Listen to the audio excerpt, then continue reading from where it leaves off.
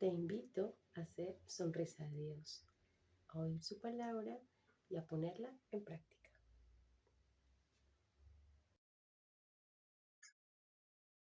Lectura del libro del Génesis. Israel amaba a José más que a todos los otros hijos, porque le había nacido en la vejez, y le hizo una túnica con mangas. Al ver sus hermanos que su padre lo prefería a los demás, empezaron a odiarlo y le negaban el saludo. Sus hermanos trashumaron a Siquem con los rebaños de su padre. Israel dijo a José: tus hermanos deben estar con los rebaños en Siquem. Ven, que te voy a mandar donde ellos están. José fue tras sus hermanos y los encontró en Dotán. Ellos lo vieron desde lejos y antes de que se acercara, maquinaron su muerte. Se decían unos a otros: ahí viene el soñador. Vamos a matarlo y a echarlo en un aljibe. Luego diremos que una fiera lo ha devorado. Veremos en qué paran sus sueños. Oyó esto Rubén e intentó salvarlo de sus manos. Dijo: no le quitemos la vida. Y añadió: no derramarán sangre echándolo en este aljibe, aquí en la estepa, pero no pongas las manos en él. Lo decía para librarlo de sus manos y devolverlo a su padre. Cuando llegó al lugar José, donde estaban sus hermanos, lo sujetaron. Le quitaron la túnica con mangas que llevaba puesta, lo cogieron y lo echaron en un pozo. El pozo estaba vacío, sin agua. Luego se sentaron a comer y al levantar la vista vieron una caravana de ismaelitas que transportaban en camellos goma, bálsamo y resina de Galaad a Egipto. Judá propuso a sus hermanos: ¿qué sacaremos con matar a nuestro hermano y con tapar su sangre? Vamos a venderlo a los ismaelitas y no pongamos nuestras manos en él, que al fin es hermano nuestro y carne nuestra. Los hermanos aceptaron. Al pasar unos mercaderes medianitas, tiraron de su hermano y sacando a José del pozo, lo vendieron a unos ismaelitas por 20 monedas de plata. Estos se llevaron a José a Egipto. Palabra de Dios, te alabamos, Señor. Al salmo respondemos: recuerden las maravillas que hizo el Señor. Decimos: recuerden las maravillas que hizo el Señor. Llamó al hombre sobre aquella tierra, cortando el sustento de pan. Por delante había enviado a un hombre, a José, vendido como esclavo. Recuerden las maravillas que hizo el Señor. Le trabaron los pies con grillos, le metieron al cuello en la argolla, hasta que se cumplió su predicción y la palabra del Señor lo acreditó. Recuerden las maravillas que hizo el Señor. El rey lo mandó desatar, el señor de pueblos le abrió la prisión, lo nombró administrador de su casa, señor de todas sus posesiones. Recuerden las maravillas que hizo el Señor. De la buena noticia según San Mateo. En aquel tiempo dijo Jesús a los sumos sacerdotes y a los ancianos del pueblo: escuchen otra parábola. Había un propietario que plantó una viña, la rodeó con una cerca, cavó en ella un lagar, construyó una torre, la arrendó a unos labradores y se marchó lejos. Llegado el tiempo de los frutos, envió a sus criados a los labradores para percibir los frutos que le correspondían. Pero los labradores, agarrando a los criados, apalearon a uno, mataron a otro, y a otro lo apedrearon. Envió de nuevo otros criados, más que la primera vez, e hicieron con ellos lo mismo. Por último, les mandó a sus hijos, diciéndose: tendrán respeto a mi hijo. Pero los labradores, al ver al hijo, se dijeron: este es el heredero, vengan y lo matamos, y nos quedamos con su herencia. Y agarrándolo, lo sacaron fuera de la viña y lo mataron. Cuando vuelva el dueño de la viña, ¿qué hará con aquellos labradores? Le contestan: hará morir de mala muerte a esos malvados y arrendará la viña a otros labradores que le entreguen los frutos a su tiempo. Y Jesús les dice: ¿no han oído nunca en la Escritura: la piedra que desecharon los arquitectos es ahora la piedra angular? Es el Señor quien lo ha hecho. Ha sido un milagro patente. Por eso les digo que se les quitará a ustedes el reino de Dios y se dará a un pueblo que produzca sus frutos. Los sumos sacerdotes y los fariseos, al oír sus palabras, comprendieron que hablaba de ellos, y aunque intentaban echarle mano, temieron a la gente que lo tenía por profeta. Palabra del Señor. Gloria a ti, Señor Jesús. Buenos días, buenas tardes, buenas noches, en donde te encuentres. Gracias, Sonrisa de Dios, por acompañarnos una vez más en estas reflexiones frente a la palabra. Hoy, como escuchamos, los libros de referencia son Génesis 37, Salmo 104 y el Evangelio de Mateo 21, algunos versículos específicos. Yo quisiera empezar hablando con esta historia que es muy conocida pues en el mundo secular, que es una conversación que tienen Albert Einstein y Chaplin. Albert Einstein le dice a Chaplin: oiga, realmente usted es una persona extraordinaria. Y Chaplin le dice: ¿por qué? Y él le dice: porque mantiene al auditorio durante una hora, no dice una palabra y todo el mundo lo entiende. Y Chaplin: pues yo creo que es más extraordinario, incluso más que yo usted. Y Einstein le dice: ¿por qué? Y le dice: porque usted dura una hora hablando de física cuántica y nadie le entiende. Entonces, ¿por qué quisiera empezar por acá? Porque a veces nos maravillamos de personajes históricos conocidos, que si bien es cierto también son increíbles. Yo diría que, como lo menciona el salmo que nos corresponde, que es el Salmo 104, que empieza y termina en todos sus versículos diciendo algo bien importante: bendice alma mía a Jehová. Y termina diciendo: bendice alma mía a Jehová. Y después más dice aleluya. Y ese aleluya es un refuerzo de todo lo que se dijo antes. Nos maravillamos de cosas como que vemos cotidianamente y nos sorprenden y están bien. Sin embargo, yo quiero empezar con el Salmo 104, porque el Salmo 104 es como un clamor de gratitud, de la provisión, de la grandeza y de lo maravilloso de Dios.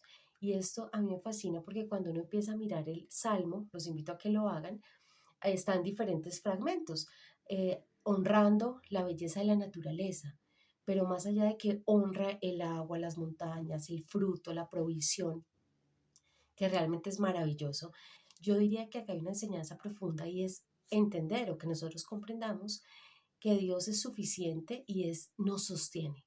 Nos sostiene así como sostiene su naturaleza, como sostiene y garantiza los frutos para nuestro sustento, así hace y cuida de cada uno de sus hijos. Eso por un lado. Cuando miramos el Evangelio de Mateo, acá hay algo que yo quiero decir.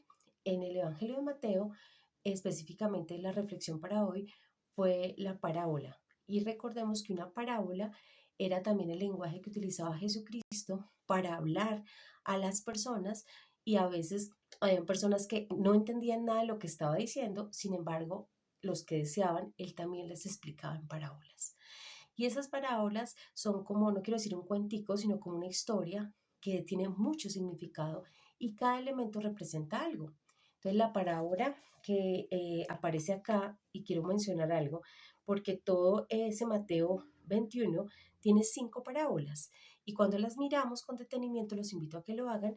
Cada una de ellas se va encadenando y va dando más profundidad y más sentido. El título grande que aparece de las parábolas del Evangelio es la entrada triunfal de Jesús.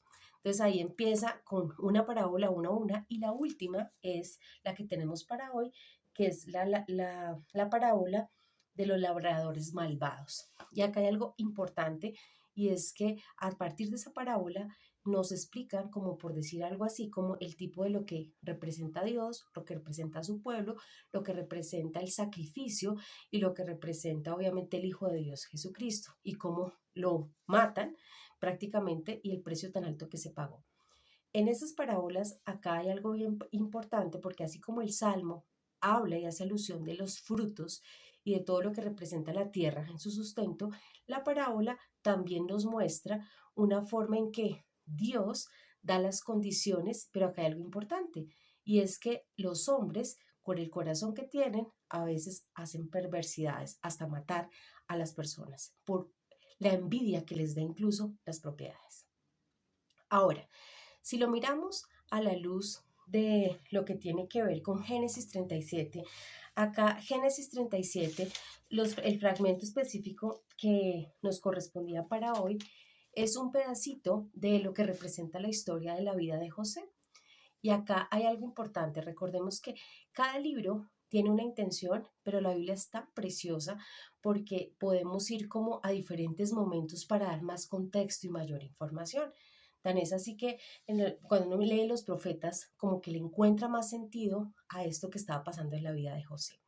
Acá la invitación es la siguiente.